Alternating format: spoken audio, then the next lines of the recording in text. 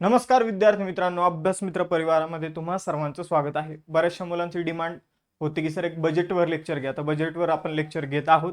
आगामी परीक्षेसाठी एक महत्त्वाचं लेक्चर असणार आहे। या लेक्चरच्या माध्यमातून तुमचे 1 ते 2 प्रश्न निश्चितच कव्हर होणार आहे। मग लेक्चर सुरू करण्यापूर्वी जर तुम्हाला अजून कोणत्या टॉपिकवर लेक्चर पाहिजे असेल तर ते कमेंट बॉक्समध्ये सांगा आणि लेक्चरला लाईक करा, चॅनलला सबस्क्राईब करून ठेवायला विसरू नका। सुरू करूया आजचं सेशन सुरू करण्यापूर्वी आपण कंबाईन 60+ गॅरंटी देणारी बॅच सुरू केलेली आहे, ज्यामध्ये सर्व विषयाच्या गणित बुद्धिमत्ता सोडता सगळ्या विषयाच्या नोट्सचा समावेश आपल्याला यामध्ये बघायला मिळणार आहे। चालू घडामोडी पण विषय आपण कव्हर केलेला आहे। 1 सब्जेक्ट 1 व्हिडिओ 1 नोट्स वाली बॅच आपण सुरू केलेली आहे। फाउंडेशन बॅचेस आपण सुरू केलेले आहे।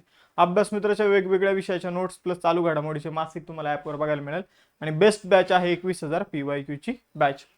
अभ्यास मित्राच्या सगळ्या कोर्सवर मित्रांनो तुम्हाला 10% डिस्काउंट मिळणार आहे आणि त्यासाठी MPSC 10 हे कुपन कोड यूज करायचं आहे। सेशनला सुरुवात करूया। मग निर्मला सीतारामन यांनी लगातार 9वी वेळा बजेट मांडलेला आहे आणि हा एक विक्रमच त्यांच्या नावावर झालेला आहे। बजेट जर आपण बघितलं तर इतिहासामध्ये दुसऱ्यांदा बजेट रविवारी मांडण्यात आलेला आहे। यापूर्वी जर बघितलं तर 28 फेब्रुवारी 1999 मध्ये रविवारी बजेट मांडण्यात आलं होतं आणि आपण जर बघितलं तर रविवारी सहसा बजेट मांडण्यात येत नाही, पण ह्यावेळी रविवारी बजेट मांडण्यात आलं आणि ही सेकंड टाइम होती। त्यानंतर बजेटचं भाषण एकूण किती मिनिटं चाललं तर 83 मिनिटं चाललेलं आहे। पहिल्यांदाच बजेट जर आपण बघितलं तर कर्तव्य भवन जे आहे, कर्तव्य भवन यामध्ये तयार करण्यात आलं। कर्तव्य भवनामध्ये पहिल्यांदाच बजेट जे आहे ते तयार करण्यात आलेलं आहे। कुठं तयार करण्यात आलं तर कर्तव्य भवनामध्ये। हे सुरुवातीचे 4 पॉइंट लक्षात घ्या की 9वी वेळा हे बजेट मांडण्यात आलेले आहे। बजेट 2026-27 निर्मला सीतारामन यांच्या हस्ते मांडण्यात आलं बजेट। किती वेळा? 9वी वेळा। बजेट दुसऱ्यांदा रविवारी मांडण्यात आलेलं आहे। 83 मिनिटं बजेटचं भाषण चाललं आणि कर्तव्य भवनात बजेट तयार करण्यात आलेलं आहे। या बजेटची थीम होती युवा शक्ती ड्रिव्हन बजेट आणि विकसित भारत या थीमसह हे बजेट मांडण्यात आलेलं आहे। आता या बजेटमध्ये 3 कर्तव्य जी आहे ती सांगण्यात आलेली आहेत। मग 3 कर्तव्य कोणती? तर पहिलं कर्तव्य आर्थिक वृद्धी, आर्थिक विकासाला गती देणे आणि शाश्वत विकास राखणे, हे पहिलं कर्तव्य आहे। दुसरं कर्तव्य आकांक्षाची पूर्ती, देशातील जनतेच्या इच्छा आणि आकांक्षा पूर्ण करणं। इच्छा आणि आकांक्षा पूर्ण करायच्या जनतेच्या। पहिलं कर्तव्य आर्थिक विकासाला गती द्यायची आणि शाश्वत विकास राखायचा आहे। तिसरं कर्तव्य महत्त्वाचं आहे सर्वसमावेशक विकास, सबका साथ सबका विकास या ध्येयाची दृष्टी समोर ठेवायची आहे। तर सबका साथ सबका विकास हे तिसरं कर्तव्य, ज्याला आपण सर्वसमावेशक विकास या नावाने सुद्धा बोलू शकतो। यानंतर या बजेटमध्ये 3 गोष्टी करायचं सांगितलेलं आहे। कृतीला प्राधान्य द्यायचं सांगितलंय सरकारने, त्यानंतर सुधारणांवर भर द्यायचं सांगितलेलं आहे आणि लोककल्याणाला महत्त्व द्यायचं सांगितलेलं आहे। तर कर्तव्य पण 3 आहे आणि आपण जर बघितलं तर 3 गोष्टींवर भर इथं द्यायचं सांगितलेलं आहे। कृतीला प्राधान्य देणे, सुधारणांवर भर देणे आणि लोककल्याणाला महत्त्व देणे। आता आपण या बजेटशी संबंधित प्रश्न आणि त्यांचं स्पष्टीकरण बघूया आणि पुढे पण अशी अधूनमधून माहिती जी आहे इम्पॉर्टंट माहिती ती बघत जाऊया। प्रश्न क्रमांक 1 अर्थसंकल्प 2026-27 मध्ये घोषित भारत विस्तार काय आहे? तर भारत विस्तार जर बघितलं तर एक बहुभाषिक AI आधारित साधन आहे। म्हणजे भारत विस्तार जो आहे, तुम्ही ChatGPT जेमिनाय बघितलं असेल तर तशाच प्रकारचं एक AI टूल आहे। हे टूल बहुभाषिक आहे, म्हणजे बायलिंग्वल आहे। आपल्या देशामध्ये खूप सारे लोक आहे, मग त्यानुसार ते खूप साऱ्या भाषा बोलतात, तर त्यासाठी हे टूल जे आहे ते बायलिंग्वल असणार आहे। हे टूल कोणासाठी विकसित करण्यात आलेले आहे? तर शेतकरी लोकांसाठी हे टूल विकसित करण्यात आलेले आहे। मग आपण जर बघितलं शेतकऱ्याला आपल्या शेतामध्ये समजून घ्या की रोग पडलेला दिसला किंवा इतर काही अडचण आढळली तर त्याने फक्त फोटो काढून AI टूलवर टाकायचा आहे, इथं लगेच इन्स्टंट सोल्युशन जे आहे ते मिळणार आहे। जमिनीचा प्रकार कोणता समजून घ्या, तिला अजून जर सुपीक बनवायचं असेल तर काय केलं पाहिजे, सगळे शेतकरी आपले डाऊट जे ते AI टूलला विचारू शकतात, ज्याचं नाव आहे भारत विस्तार। तर भारत विस्तार जे आहे ते बहुभाषिक AI साधन आहे। शेतीची उत्पादकता वाढवण्यासाठी, शेतकऱ्यांना निर्णय घेण्याच्या क्षमतेत सुधारणा करण्यासाठी आणि सल्ल्याद्वारे जोखीम कमी करण्यासाठी याला विकसित करण्यात आलेलं आहे। पुढे जाऊया। पुढील प्रश्न आहे अर्थसंकल्प 2026-27 मध्ये संरक्षणासाठी एकूण किती खर्च प्रस्तावित करण्यात आलेला आहे. तर डिफेन्स बजेट किती रुपयाचं आहे हे इथं आपल्याला विचारण्यात आलेलं आहे. जर तुम्ही डिफेन्स बजेट तुम्हाला विचारण्यात आलं आणि त्यामध्ये जर पेन्शनचा खर्च इन्क्लूड असेल, टोटल डिफेन्स बजेट जर तुम्हाला विचारण्यात आलं तर त्याचा खर्च आहे मित्रांनो 7,84,678 कोटी. हे एकूण काय आहे, टोटल डिफेन्स बजेट आहे, ज्यामध्ये पेन्शनचा खर्च सुद्धा काय असणार आहे, समाविष्ट असणार आहे.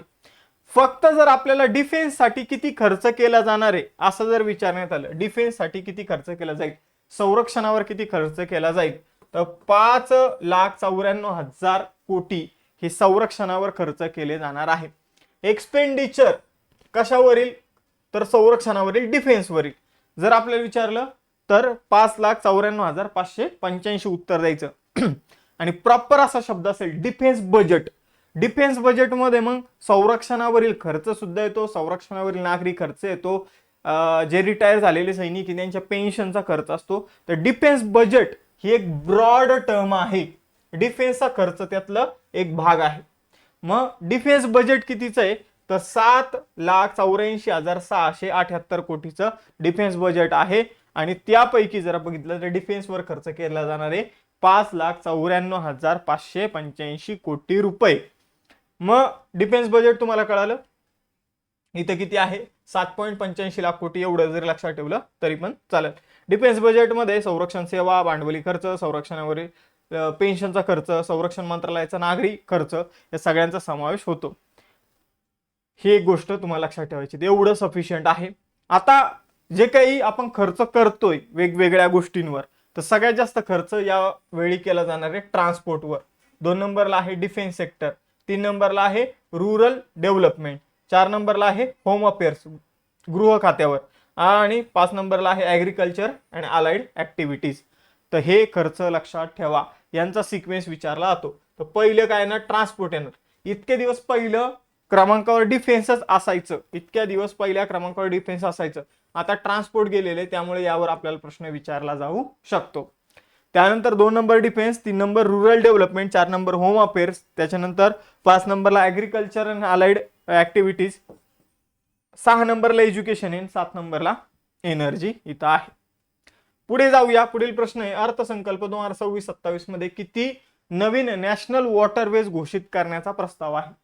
तर 20 नवीन नॅशनल वॉटरवेज, हायवेज नाही म्हणते, वॉटरवेज इथं निर्माण केले जाणार आहे. 20 वॉटरवेज बद्दल आपल्याला इथं बोलण्यात आलेलं आहे. तर आपण जर बघितलं वॉटरवेज हे एकदम बेस्ट आहे वाहतुकीसाठी, कारण आपण जर बघितलं तर वाहतुकीचा खर्च पाण्याच्या माध्यमातून वाहतूक केली तर कमी होऊन जातो. माल वाहतूक केली जाऊ शकते, प्रवासी वाहतूक केली जाऊ शकते, आणि आपण जर बघितलं तर पर्यावरणपूरक वाहतूक केली जाऊ शकते, जसं की नदीच्या पात्रामध्ये पाण्याच्या प्रवाहानुसार वाहतूक केली जाऊ शकते, जिथे इंधन खर्च सुद्धा कमी लागतो. नॅशनल वॉटरवेज जर तुम्हाला माहित नसेल तर मी तुम्हाला सांगून देतो की ऑलरेडी आपल्या देशामध्ये नॅशनल वॉटरवेज 1, 2, 3, 4 आहे. आता भविष्यात आपण 20 नवीन वॉटरवेज बनवत आहोत. वॉटरवेज नॅशनल वॉटरवे एक जो आहे तो गंगा नदीमध्ये आपल्याला बघायला मिळतो, तो आहे प्रयागराज उत्तर प्रदेश ते हल्दिया पश्चिम बंगाल. 1620 किलोमीटरचा हा वॉटरवे आहे. 1986 मध्ये त्याला घोषित करण्यात आलं होतं. नॅशनल वॉटरवेज ऍक्ट कधीचा आहे, तर 1985चा इथं ऍक्ट आपल्याला कधी कधी विचारला जाऊ शकतो. आयोग 2-3 क्वेश्चन जो आहे तो आउट ऑफ द बॉक्स आपल्याला विचारण्याचा प्रयत्न करतो, मग ते आपल्याला इथं कव्हर करायचंय. हा भारताचा पहिला नॅशनल वॉटरवे होता, नवीन 20 घोषित करण्यात आलेले आहे. पुढे जाऊया. आर्थिक वर्ष 2026-27 साठी सरकारने एकूण किती खर्च अंदाजित केला आहे, तर एकूण खर्च किती अंदाजित केलेला आहे हे आपल्याला विचारलेलं आहे. तर आपला अंदाजित खर्च असणार आहे 2026-27 साठी 53.5 लाख कोटी रुपये. आपला अंदाजित खर्च किती आहे, 53.5 लाख कोटी रुपये एवढा आपला अंदाजित खर्च आपण इथं घोषित केलेला आहे. ही गोष्ट लक्षात ठेवा. आपण जर बघितलं 2024-25 मध्ये आपला खर्च होता 46 लाख कोटी, 2025-26 मध्ये आपला खर्च होता 49 लाख कोटी, आणि 26-27 मध्ये 53.5 लाख कोटी एवढा आपण खर्च आपला घोषित केलेला आहे. पुढील प्रश्न आहे, सेल्फ रिलायंट इंडिया फंड ची स्थापना कोणत्या वर्षी करण्यात आली. तर जे काही मायक्रो स्मॉल मीडियम एंटरप्राइजेसचे आहे, जे छोटे उद्योग आहे जे चांगलं काम करताय, ज्यांच्यामध्ये चांगली ग्रोथ आहे असे उद्योग जे पण ज्यांच्याकडे पैसा नाही त्यांचा बिझनेस वाढवण्यासाठी, तर त्यांच्यासाठी सरकारने एक फंड सुरू केला होता, सेल्फ रिलायंट इंडिया फंड. मग आता हा फंड चर्चेमध्ये, कारण या फंडमध्ये 2026-27च्या बजेटमध्ये 2000 कोटी रुपयांची वाढ करण्यात आलेली आहे. हा फंड 2021 मध्ये सुरू करण्यात आला होता. आणि याच बजेटमध्ये एक स्मॉल आणि मीडियम, आपण जर बघितलं तर जे काही उद्योग आहे स्मॉल आणि मीडियम कॅटेगरीमध्ये येणार आहे, आपण MSME मी पहिले म्हटलं, medium micro small and medium. Micro म्हणजे एकदम छोटे उद्योग जे असतात त्यांना मायक्रो कॅटेगरीमध्ये येतं. त्याचे डेफिनेशन आहे, पण ती डेफिनेशन वर आता काही चर्चा करण्यात म्हणजे अर्थ नाहीये. ही गोष्ट लक्षात घ्या, जे एकदम स्मॉल आणि मीडियम एंटरप्राइजेस आहे त्यासाठी एक नवीन फंड सुरू करण्यात आलेला आहे, SME growth fund. SME growth fund. मग आपण जर बघितलं तर तो असणार आहे 10,000 कोटी रुपयांचा. तर काय काय झाले या बजेटमध्ये? या बजेटमध्ये पहिला जो सेल्फ रिलायंट इंडिया फंड होता, जो MSME साठी होता, त्यामध्ये 2000 कोटी रुपयांची वाढ करण्यात आली. आणि जो काही स्मॉल अँड मीडियम एंटरप्राइजेस जे आहे त्यासाठी SME फंड सुरू करण्यात आलेला आहे 10,000 कोटी रुपयांचा. ह्या दोन गोष्टी आपल्यासाठी महत्वाच्या आहे. सेल्फ रिलायंट फंड जो आहे तो कधीचा आहे? 2021चा आहे. बाकी ही सगळी इन्फॉर्मेशन मी तुम्हाला सांगितलेली आहे. पुढे जाऊया. अर्थसंकल्प 2026-27 मध्ये प्रस्तावित डेडिकेटेड केमिकल पार्क कोणत्या मॉडेल्सवर उभारले जातील? तर डेडिकेटेड केमिकल पार्क्स जे आहे, केमिकल फॅक्टरी जे आहे ते कोणत्या मॉडेलवर निर्माण केले जाणार आहे? तर प्लग अँड प्ले मॉडेल. आता प्लग अँड प्ले मॉडेल काय असतं? तर सरकार काय करतं, एखाद्या बिझनेसशी संबंधित पूर्ण सगळ्या गोष्टी डेव्हलप करून ठेवतं. फॉर एक्झाम्पल, इथं पाण्याची पाईपलाईन जी आहे ती आलेली असते. आपण जर बघितलं तर इलेक्ट्रिसिटी इथं आलेली असते. त्यानंतर जर बघितलं तर प्रॉपर रोडचं जाळं इथं आलेलं असतं, रेल्वेचं जाळं या ठिकाणी आलेलं असतं. मग या सगळ्या गोष्टी एका क्षेत्राला येऊन कनेक्ट होतात आणि मग इथं येऊन कंपन्यांना सांगितलं जातं की तुम्ही या आणि इथं कंपनी चालू करा. पाण्याची व्यवस्था केलेली आहे, रेल्वे रूळ आहे, रोड आहे, वीज आहे, सगळ्या बेसिक गोष्टी इथं तयार करून ठेवलेल्या आहे. मग असं जर सरकारने एखादी जागा डेव्हलप केलेली असेल आणि तिथं जर सरकार एखाद्या कंपनीला म्हणत असेल या आणि उद्योग सुरू करा, तर त्या मॉडेलला म्हटलं तर प्लग अँड प्ले मॉडेल. मग या मॉडेलवर आधारित डेडिकेटेड केमिकल पार्क जे आहे तर ते आपल्या देशामध्ये निर्माण केले जाणार आहे. तर प्लग अँड प्ले मॉडेल काय आहे हे मी तुम्हाला ऑलरेडी सांगितलेलं आहे. मग आपण जर बघितलं तर डेडिकेटेड केमिकल पार्क जे आहे तर 3 डेडिकेटेड केमिकल पार्क जे आहे ते निर्माण केले जाणार आहे. यासाठी 600 कोटी रुपयांची तरतूद करण्यात आलेली आहे. पहिल्यांदाच केमिकल पार्क साठी थेट अर्थसंकल्पामध्ये आपल्याला सहाय्य बघायला मिळत आहे.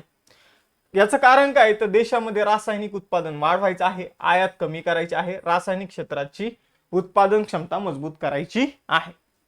पुढे जाऊया. अर्थसंकल्प 2026-27 मध्ये किती all India institute of Ayurveda स्थापन करण्याचा प्रस्ताव आहे?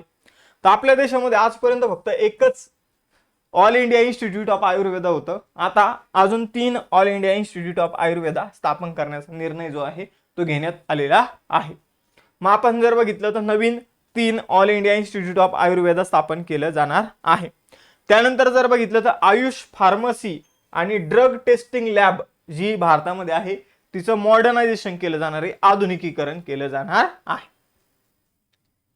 त्यानंतर आरोग्य कर्मचाऱ्याबद्दल काही अपडेट आहे की 1.5 लाख केअर गिव्हर्स यांना प्रशिक्षण दिलं जाणार आहे. 5 प्रादेशिक वैद्यकीय केंद्राची स्थापना केली जाणार आहे वैद्यकीय पर्यटन उपक्रमांतर्गत. त्यानंतर पारंपरिक औषध जे आहे तर त्यासाठी काही गोष्टी आहे, जसं की आयुर्वेदिक उत्पादनाच्या निर्यातीला चालना दिली जाणार आहे.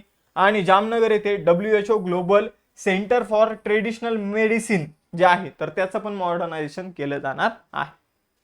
पुढील प्रश्न आहे, खेलो इंडिया मिशनचे कोणते उद्दिष्ट आहे? तर खेलो इंडिया मिशन बद्दल इथं खूप सारा गोष्टी या बजेटमध्ये देण्यात आलेल्या आहे. तर खेलो इंडिया मिशनचे उद्दिष्ट कोणकोणती आहे, कोणते नाही हे विचारलेलं आहे. तर एकात्मिक प्रतिभा विकसित करणं, इंटिग्रेटेड टॅलेंट डेव्हलपमेंट हे उद्दिष्ट आहे. त्यानंतर सिस्टमॅटिक कोचिंग डेव्हलपमेंट हे पण उद्दिष्ट आहे. क्रीडा क्षेत्रात विज्ञान आणि तंत्रज्ञानाचा अवलंब करणं हे सुद्धा उद्दिष्ट आहे. काय उद्दिष्ट नाही? क्रीडा महासंघाचं खाजगीकरण करणं. तर खेलो इंडिया बद्दल खूप साऱ्या गोष्टी बोलण्यात आल्या होत्या. मग खेलो इंडियाच्या ज्या काही स्पर्धा होतात वर्षभरात त्या तुम्हाला करून ठेवायच्या आहे. पुढील प्रश्न आहे, आर्थिक वर्ष 2026-27 मध्ये पब्लिक कॅपिटल एक्सपेंडिचर कितीपर्यंत वाढवण्याचा अंदाज आहे? तर पब्लिक कॅपिटल एक्सपेंडिचर म्हणजे असा खर्च जो पब्लिकसाठी केला जातो, पब्लिकच्या चांगल्यासाठी केला जातो. रोड वगैरे बनवले जातात, ठीक आहे, पब्लिकसाठी गोष्टी निर्माण केली जातात, हॉस्पिटल वगैरे, स्कूल वगैरे, या सगळ्या गोष्टी तयार केल्या जातात, तर याला कॅपेक्स म्हटलं जातं. मग हा जो आपण म्हणूया हा जो खर्च आहे तो 12.2 लाख कोटी इतका करण्याचा अंदाज आहे. तर आर्थिक वर्ष 2026-27 मध्ये पब्लिक कॅपिटल एक्सपेंडिचर जे आहे तर ते 12.2 लाख कोटी पर्यंत इथं होईल असा अंदाज जो आहे तो वर्तवण्यात आलेला आहे. मग सरकारचा हा जो खर्च आहे तो दीर्घकालीन मालमत्ता इथं निर्माण केले जातात, रोड, रस्ते, रेल्वे रूळ आपण जर बघितलं तर तो लोकांसाठी खूप चांगला असतो. त्याचबरोबर पूल, बंदरे, विमानतळे, पायाभूत सुविधा, ऊर्जा प्रकल्प, सार्वजनिक रुग्णालय, सरकारी इमारती, तर या सगळ्या गोष्टीसाठी हा खर्च केला जातो. मोस्ट इम्पॉर्टंट प्रश्न आहे या सेशनचा, अर्थसंकल्प 2026-27 मध्ये फिस्कल डेफिसिट जी काही राजकोषीय तूट आहे तर ती किती टक्के राहण्याचा अंदाज वर्तवण्यात आलेला आहे? तर राजकोषीय तूट आपली राहणार आहे 4.3%. किती? 4.3%. 2025-26 या वर्षामध्ये आपली राजकोषीय तूट किती राहिलेली आहे? तर 4.4%, 4.4% ही कधी 2025-26 मध्ये आपली राजकोषीय तूट राहिलेली आहे. आणि 24-25 मध्ये जर बघितलं तर अजून पाठीमागे जर गेलं तर 4.8% एवढी राजकोषीय तूट राहिलेली आहे.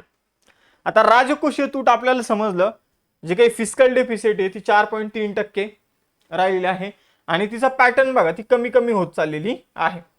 त्यानंतर महसुली तूट, रिव्हेन्यू डेफिसिट जी आहे, रिव्हेन्यू डेफिसिट ती 1.5% असणार आहे. प्राथमिक तूट 0.7% असणार आहे आणि इफेक्टिव्ह रिव्हेन्यू डेफिसिट जी आहे ती 0.3% एवढी असणार आहे. आपल्याला मागे एक प्रश्न विचारण्यात आला होता की बजेटमध्ये कोणकोणत्या तुटीची आकडेवारी दिली जाते? तर राजकोषीय तूट, फिस्कल डेफिसिट, महसूल तूट, रिव्हेन्यू डेफिसिट, प्रायमरी डेफिसिट, प्राथमिक तूट आणि इफेक्टिव्ह रेव्हेन्यू डेफिसिट. आपण जर बघितलं तर प्रभावी महसुली तूट. पुढे जाऊया. आता मी तुम्हाला इथं सगळं सांगितलेलं आहे. राजकोषीय तूट म्हणजे नेमकं काय असतं हे थोडं एक्सप्लेन करतो. तर बघा, जेव्हा सरकारचा खर्च जास्त असतो आणि उत्पन्न जे आहे ते कमी असतं तेव्हा त्यामधला जो गॅप असतो त्याला राजकोषीय तूट म्हटलं जातं. फॉर एक्झाम्पल, सरकारचा खर्च आहे 100 रुपये, उत्पन्न आहे 95 रुपये, मग किती रुपयाचा गॅप आहे? 5 रुपयाचा इथं गॅप आहे, म्हणजे ही जवळपास 5% काय असणार? राजकोषीय तूट असणार. जे शेअर मार्केटशी संबंधित व्यक्ती असेल तर त्यांच्याशी संबंधित हा प्रश्न.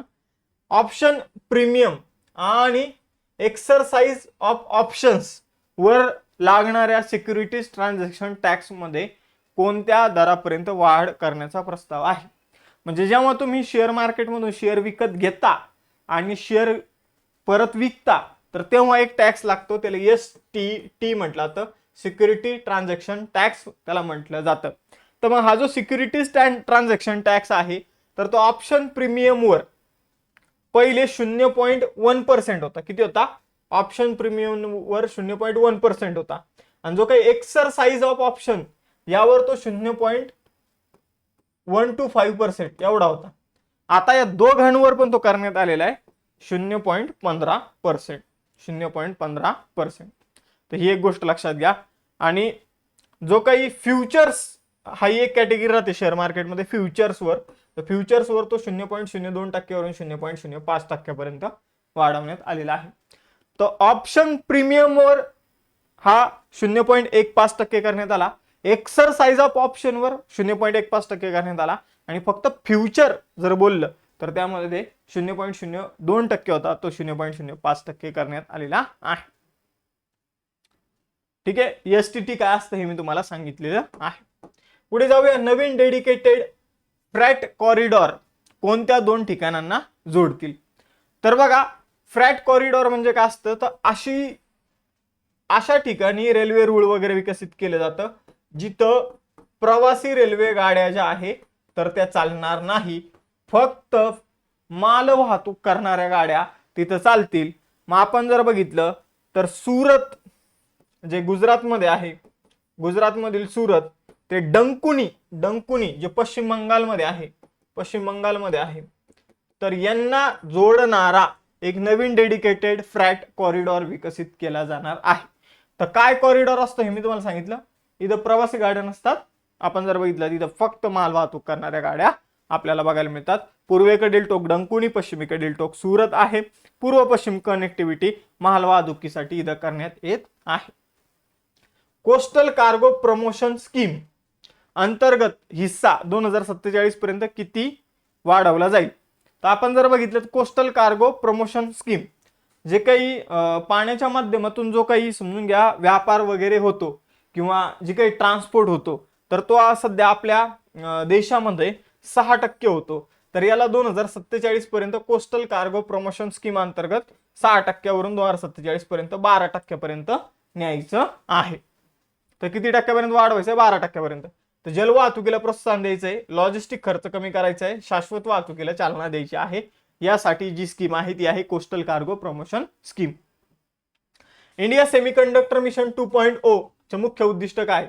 तर इंडिया सेमीकंडक्टर मिशन 2.0 हे सेमीकंडक्टर क्षेत्राच्या वाढीसाठी सुरू करण्यात आलेलं आहे. सेमीकंडक्टर मिशन 1 जे होतं तर ते सक्सेसफुल राहिलं. मग आता आपण सेमीकंडक्टर मिशन 2.0 40,000 कोटी रुपये खर्चून सुरू केलेलं आहे. तर अर्थसंकल्प 2026-27 मध्ये किती रक्कम मंजूर करण्यात आली? 40,000 कोटी सेमीकंडक्टर मिशन 2.0 साठी. पुढील प्रश्न आहे कंटेंट क्रिएटर लॅब्स किती माध्यमिक शाळा आणि महाविद्यालयांमध्ये स्थापन केले जातील. तर कंटेंट क्रिएशन तुम्हाला फील्ड माहित असेल, ज्यामध्ये आपण जर बघितलं तर गेम्सची निर्मिती, व्हिज्युअल इफेक्ट झालं, त्याचबरोबर जर बघितलं तर AI शी संबंधित गोष्टी आल्या तर त्यामध्ये 4 गोष्टी येतात. मग हे शिकण्यासाठी 15,000 माध्यमिक शाळा आणि 500 महाविद्यालयांमध्ये आपण जर बघितलं तर कंटेंट क्रिएटर लॅब स्थापन केलं जाणार आहे. तिथं आपल्याला ॲनिमेशन, त्यानंतर व्हिज्युअल इफेक्ट्स, गेमिंग आणि कॉमिक्स यांच्या निर्मितीचं शिक्षण जे आहे ते दिले जाणार आहे. याला शॉर्टकटमध्ये AVGC म्हटलं जातं. तर हे स्किल शाळेतच डेव्हलप करण्यासाठी इथं प्रोत्साहन दिलं जाणार आहे. म्हणजे जे काही हॉलिवूडचे मूवी इतके भारी असतात, तितके भारी असतात, ठीक आहे, तिकडच्या गोष्टी, तिकडचे गेम इतके भारी असतात, तितके भारी असतात आपण बोलतो, कारण तिकडे या गोष्टी इम्प्लिमेंट झालेल्या आहे. आता आपल्या देशात पण सुरू करण्यात आलेला आहे. तर 15,000 माध्यमिक शाळांमध्ये 500 महाविद्यालयांमध्ये याच्या लॅब सुरू केले जाणार आहे. SASCI स्कीम अंतर्गत राज्यांना किती मदत दिली जाईल. तर राज्यांना केंद्र सरकार काय करतं तर वेगवेगळ्या गोष्टी बनवण्यासाठी, फॉर एक्झाम्पल स्कूल झालं, त्यानंतर रोड झालं, यासाठी केंद्र सरकार मदत करत असतं. मग ती मदत SASCI मी फुल फॉर्म पुढे सांगतो. तर त्या अंतर्गत 2 लाख कोटी रुपये केंद्र सरकारने इथं मंजूर केलेले आहे. तर स्कीमचं नाव आहे special assistance to states for capital investment. तर भांडवली खर्चासाठी हे पैसे दिले जाणार आहेत. कॅपेक्स अंतर्गत जो भांडवली खर्च केला जातो तो कोणकोणत्या गोष्टीवर केला जातो हे मी तुम्हाला सुरुवातीलाच सांगितलेलं आहे. पुढे जाऊया. Carbon capture utilisation and storage स्कीमचा खर्च किती आहे.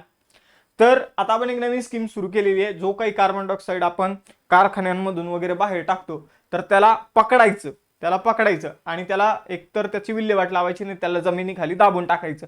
तर याशी संबंधित स्कीम आहे carbon capture utilisation and storage scheme.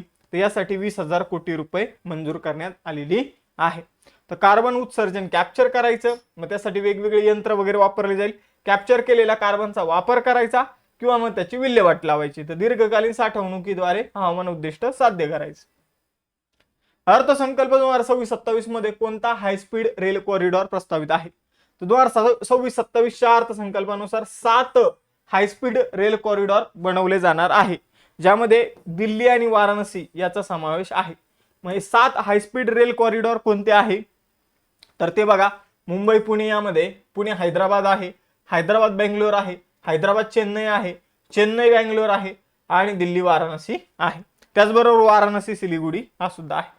तर फास्ट प्रवासी वाहतुकीसाठी हे 7 कॉरिडॉर निर्माण केले जाणार आहे. पर्यावरणास अनुकूलन इथं प्रवास जो आहे तर त्यावर फोकस केला जाणार आहे. पुढील प्रश्न आहे अर्थसंकल्प 2026-27च्या अंदाजानुसार डेट टू जीडीपी गुणोत्तर किती असा अंदाज आहे. तर आपण जे काही कर्ज घेतलेलं आहे ते जीडीपीचे किती टक्के असा आपल्याला प्रश्न विचारला गेलेला आहे. तर 55.6% आहे. ही माहिती आपल्याला 2026-27 अर्थसंकल्पाने दिली आहे. मागच्या वर्षी जे काही जीडीपीच्या किती टक्के कर्ज होतं 56.1%, ते आता किती झालेले 55.6%, म्हणजे थोडंसं कमी झालेलं आहे. डेप टू जीडीपी काय असतं हे मी तुम्हाला सांगितलेलं आहे. जीडीपीच्या किती टक्के एखाद्या देशावर कर्ज आहे त्याला डेप टू जीडीपी म्हटलं जातं, आणि ते कर्ज जर जास्त असेल तर मग प्रॉब्लेम असतो. पुढे जाऊया. महात्मा गांधी ग्राम स्वराज्य योजना कोणत्या मिशनशी जोडली गेली आहे?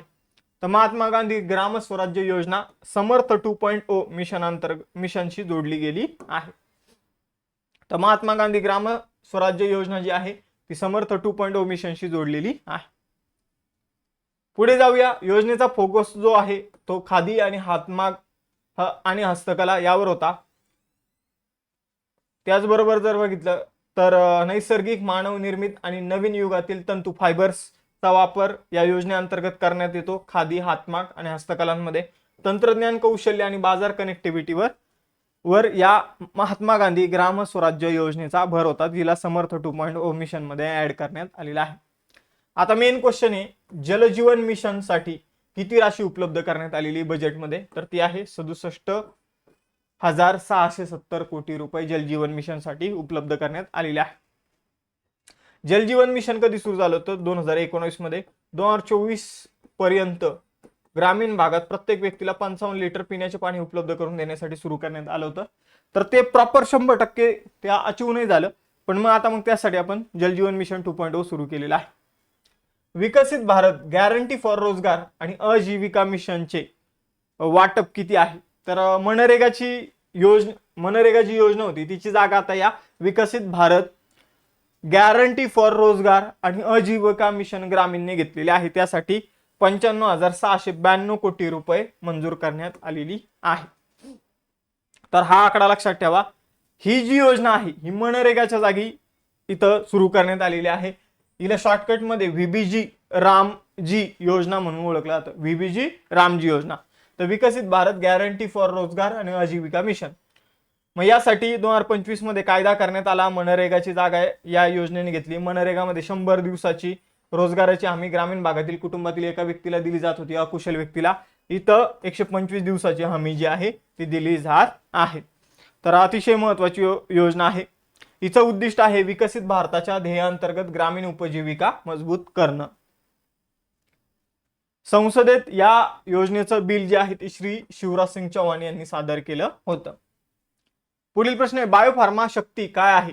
तर बायोफार्मा शक्ती जो आहे तो बायोफार्मा मॅन्युफॅक्चरिंग उपक्रम आहे. सी उत्तर असेल. तर बायोफार्मा शक्तीचं पूर्ण नाव आहे biopharma strategy for health advancement throughput knowledge technology आणि इनोव्हेशन. तर जे काही औषध गोळ्या निर्मितीशी संबंधित बायोफार्मा शक्ती नावाचा एक उपक्रम सुरू करण्यात आलेला आहे. भारताला बायोफार्मा उत्पादनाचं जागतिक मॅन्युफॅक्चरिंग हब म्हणून विकसित करणं हा या योजनेचा मुख्य उद्देश आहे.